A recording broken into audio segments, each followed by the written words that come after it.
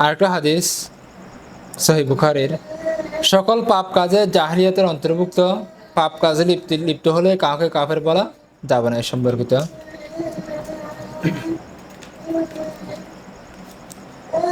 আবু যার রাদিয়াল্লাহু আনহু বলেন, আমি এক ব্যক্তির সাথে বাদানুবাদে লিপ্ত হয়ে তার মায়ের নামে উল্লেখ করে গালি দিলাম।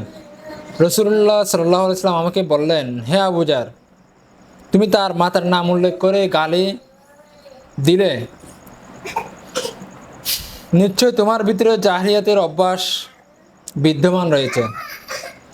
তোমাদের ভৃত্যরা তোমাদের ভাই, তাদেরকে আল্লাহ তোমাদের অধীন করে দিয়েছেন। সুতরাং যার ভাই তার অধীনে হবে, সে তাকে তাই খেতে দিবে যা সে নিজে খাবে।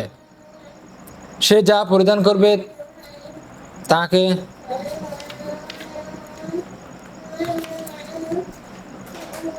তাকে তাই পরিধান করতে দিবে।